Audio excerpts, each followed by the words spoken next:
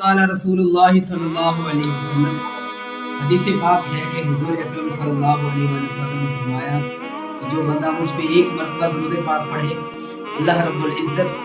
اس کے اوپر 10 مرتبہ نظر رحمت فرماتے ہیں اور 10 درجات بلند فرماتے ہیں اور 10 نیکیاں اس کے نامہ اعمال میں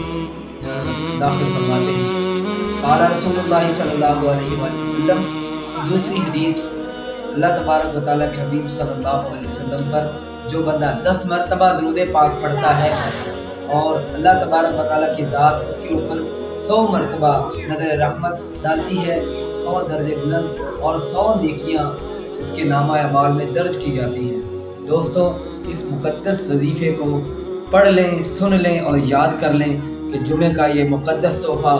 آپ کو میں پیش کر رہا ہوں۔ اللہ تبارک و تعالیٰ سے دعا ہے کہ اللہ تعالیٰ اس جمعۃ المبارک کے صدقے ہم تمام دوست